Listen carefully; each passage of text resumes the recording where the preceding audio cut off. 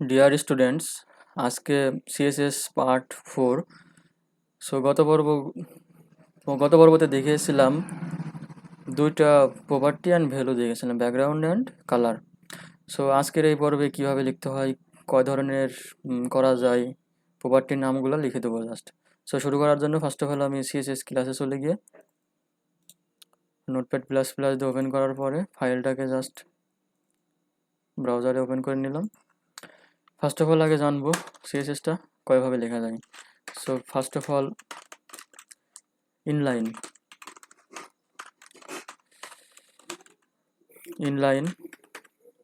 আমি আগে লিখে নিই, তারপরে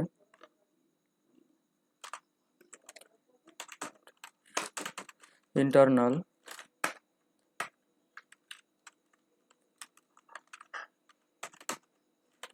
এক্সটার্নাল। সো এই তিনভাবে সিএসএসটাকে লেখা যায়। ইনলাইন কি, ইন্টারনাল কি, এক্সটার্নাল কি। ইনলাইন যদি একটু ডিসক্রিপশন বলি, ইনলাইন যে এটা ফার্স্ট অফ অল যে আমরা দেখলাম লাইনের মধ্যে অর্থাৎ ট্যাগের মধ্যে যেটা লিখেছি এটাকে ইনলাইন বলে, অর্থাৎ স্টাইল অ্যাট্রিবিউট দিয়ে শুরু করা, এটাকে ইনলাইন বলে। সো এক্সটার্নাল ইন্টারনাল এই দুইটা সেম ওয়েতে বাট একটু ভিন্ন ধর্মী।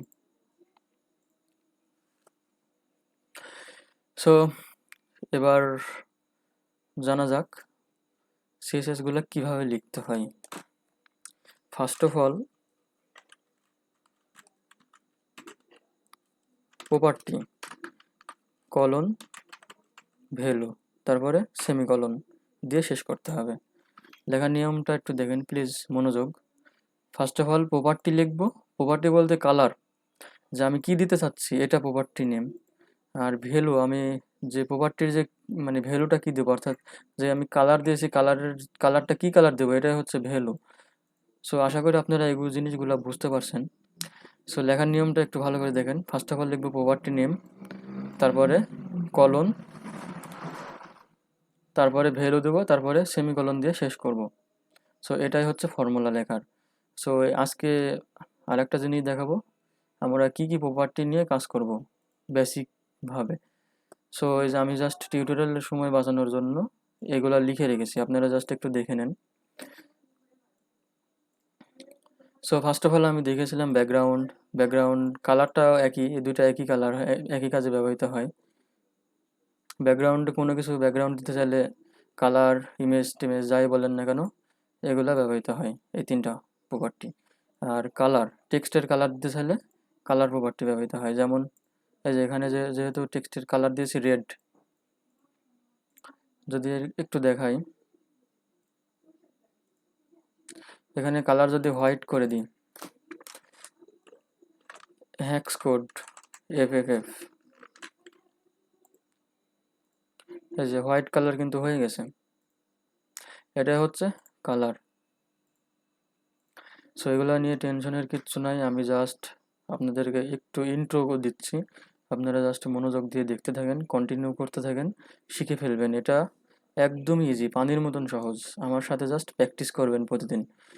যদি ফার্স্ট অফ অল একটু কষ্টও হয়ে যায় তাও আপনারা দেখে দেখে বারবার প্র্যাকটিস করবেন, দেখবেন আপনারা এমনিতেই শিখে গেছেন, পরে আপনার মনে হবে এটা কিছুই না। সো ফন্ট সাইজ, এখানে যে দেখছেন যে text, this is heading tag, এটা যদি সাইজ ছোট বড় করতে চান ফন্ট সাইজ ব্যবহৃত হয়। ফন্ট ফ্যামিলি, এটার যদি কোনো স্টাইল দিতে চান এই লেখাটার, সেটা দিতে পারেন ফন্ট ফ্যামিলির সাহায্যে। ফন্ট ফ্যামিলি যেমন Arial, time new Roman, Maven Pro, Roboto, এগুলো হচ্ছে ফন্ট ফ্যামিলির নাম। তারপরে ফন্ট স্টাইল, ফন্টের স্টাইলটা কেমন দিবেন এগুলো দিতে পারবেন। সো এগুলো নিয়ে টেনশনের কিছু না, আমি জাস্ট এমনিতে আজকে জাস্ট বলতেছি, আপনারা কন্টিনিউ করতে থাকেন। এখন যদি এগুলো ডিসক্রিপশন দিতে চাই অনেক সময় লেগে যাবে, আমি জাস্ট আপনাদেরকে কাজ করিয়ে করিয়ে দেখাবো, তাহলেই বুঝতে পারবেন, এবং কোনটার কি কাজ এটাও বলে দেবো কাজ করার সময়। সো আজকে জাস্ট এগুলো লিখে নেন, এই যে এখান থেকে এইটুকু, এগুলো জাস্ট আপনারা একটু টাইপ করে লিখে নেন। সো আশা করি আপনারা লিখে নিচ্ছেন। সো আজকের টিউটোরিয়াল এই পর্যন্তই, পরবর্তী টিউটোরিয়াল দেখার আমন্ত্রণ জানিয়ে এই ভিডিও শেষ করছি। আল্লাহ হাফেজ।